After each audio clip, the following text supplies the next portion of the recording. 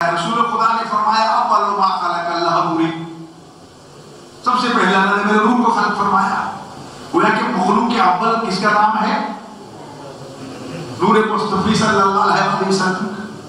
یہ سنتے رہتے ہیں آپ حدیث کے، پھر اس کے دو حصے ہوئے، ایک علی کی صورت میں، ایک عیسیٰ زہرا کی صورت میں، ایک عیسیٰ حسن کی صورت میں، حسین کی صورت میں، پھر یہ سارے انوار. 4.25 لاکھ سال، یاد رکھیے کتنا؟ 4.25 لاکھ سال. یہ سال جو ہے یہ ہمارے 365 دن والے سال نہیں ہیں، بلکہ یہ نوری سال ہیں، جس کے بارے میں قرآن کی بتا رہا ہے کہ نوری سال کا ایک دن ہمارے دنیا کے 50,000 سال کے برابر ایک دن ہوگا. کیلکولیٹر پہ حساب کر لینا جی. جب ایک دن ہمارے 50,000 سال کے برابر ہوگا تو 4.25 لاکھ سال کتنے ہوں گے؟ 365 کے حساب سے لگا لیجیے، توجہ ہے نا. تو یہ اتنا عرصہ مختلف حجاب میں اللہ کی تسبیح و تقدیس کرتے رہے. اس کے بعد خلقت آدم ہوئی اور ایک انوار مقدسہ کو سرکار آدم علیہ السلام کے صلب اطہر میں اتار دیا. اب جب یہ صلب منتقل ہوئے تو حق الیقین علامہ شبر کی لکھی ہوئی کتاب ہے، عقائد کی کتاب ہے جو درسن پڑھائی جاتی ہے. اس میں امیر المومنین علی بن ابی طالب علیہ السلام نے رسول اللہ سے یہ سوال کیا کہ ہم افضل ہیں یا فرشتے؟ یا رسول اللہ ہم افضل ہیں یا فرشتے؟ تو رسول اللہ مسکرا کے فرماتے ہیں بھئی ہم افضل ہیں.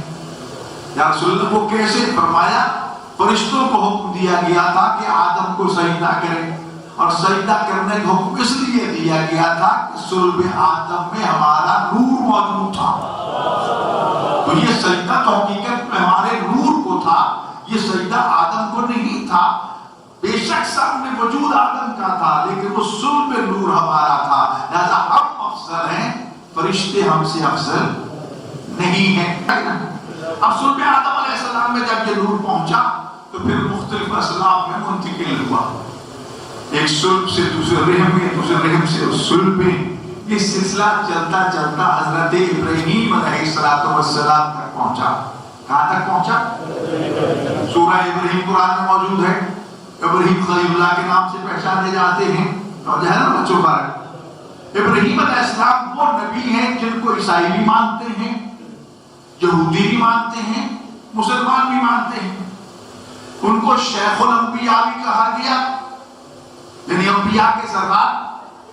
ان کو جد الانبیاء بھی کہا گیا کہ انبیاء کے دادا. توجہ ہے نا. تو ابراہیم علیہ السلام کا بہت بلند رتبہ ہے. انہیں سارے آسمانی مذاہب کے پیروکار مانتے ہیں. تو حضرت ابراہیم علیہ السلام کے صلب میں یہ نور آ کے 2 حصوں میں تقسیم ہو گیا. کتنے حصوں میں؟ حدیث یاد ہے نا کہ اول ما خلق اللہ نور، اللہ نے سب سے پہلے میرے نور کو خلق کیا. 2 حصوں میں تقسیم ہو گیا. ایک حصہ حضرت ابراہیم علیہ السلام کے ایک بیٹے جناب اسحاق کی صلب میں گیا، اور دوسرا آپ کے دوسرے بیٹے جناب اسماعیل علیہ السلام کی صلب میں گیا. توجہ ہے. اب 2 لڑیاں بن گئی نا، ایک ادھر جا رہی ہے، ایک ہے. اب میں دوسری لڑی کو مختصر آپ کے سامنے عرض کرتا ہوں. جو حضرت اسحاق علیہ السلام کے صلب میں تھا نا، اس صلب سے بنی اسرائیل کے نبی پیدا ہوئے. کون پیدا ہوئے؟ بنی اسرائیل کے، جنہیں آج تک یہودی کہا جاتا ہے. جی حضرت موسیٰ کی قوم، حضرت یعقوب کے بیٹے. اسرائیل اصل میں عبرانی زبان کا لفظ ہے جس کا عربی میں ترجمہ عبداللہ کیا جاتا ہے. اسرائیل کے معنی اللہ کا بندہ. کیا ترجمہ کیا جاتا ہے اسرائیل کا؟ اللہ کا بندہ. تو عبرانی زبان کا یہ لفظ ہے. تو حضرت یعقوب علیہ السلام کا لقب تھا اسرائیل. جو ہے نا کہ اللہ کے بندے ہیں. جس دن رسول خدا صلی اللہ علیہ وسلم یہ بھی کہتے ہیں عبداللہ، میں اللہ کا بندہ ہوں، جبکہ رسول اللہ کے والد کا نام بھی عبداللہ ہے، جو آپ کے والد ایک بزرگ تھے. تو لہذا عبرانی زبان میں اسرائیل کا مطلب اللہ کا بندہ. اب جو حضرت موسیٰ کے پیروکار بنے، جو ان کی اولاد کے آگے پیروکار بنے، یہ یعقوب کی اولاد کے، وہ بنی اسرائیل کہلائے. یہودی جو ہے یہ بھی حضرت یعقوب کے ایک بیٹے کے نام یہودا تھا، اس کی نسبت سے یہودی کہلائے. بات سمجھ رہے بچوں؟ اس کی وجہ سے تو جتنے بھی بنی اسرائیل کے نبی پیدا ہوئے وہ اس نور سے پیدا ہوئے جو حضرت اسحاق کی صلب میں تھا.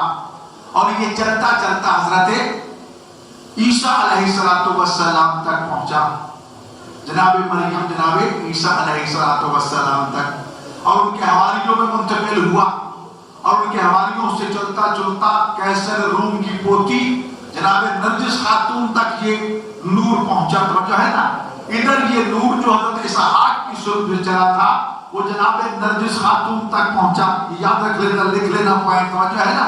اب دوسری طرف چلتے ہیں، جو حضرت اسماعیل علیہ السلام کی صلب میں آیا تھا وہ پورا رسول اللہ کا شجرہ پڑھ کے دیکھیے، وہ ایک صلب سے دوسرے صلب میں، ایک رحم سے دوسرے رحم میں چلتا چلتا چلتا حضرت عبد المطلب علیہ السلام کے صلب میں پہنچا.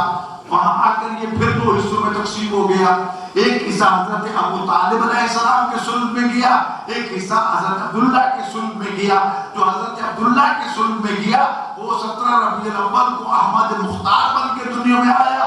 جو جناب ابو طالب کے صلب میں آیا وہ 13 رجب کو حیدر کرار بن کے دنیا کا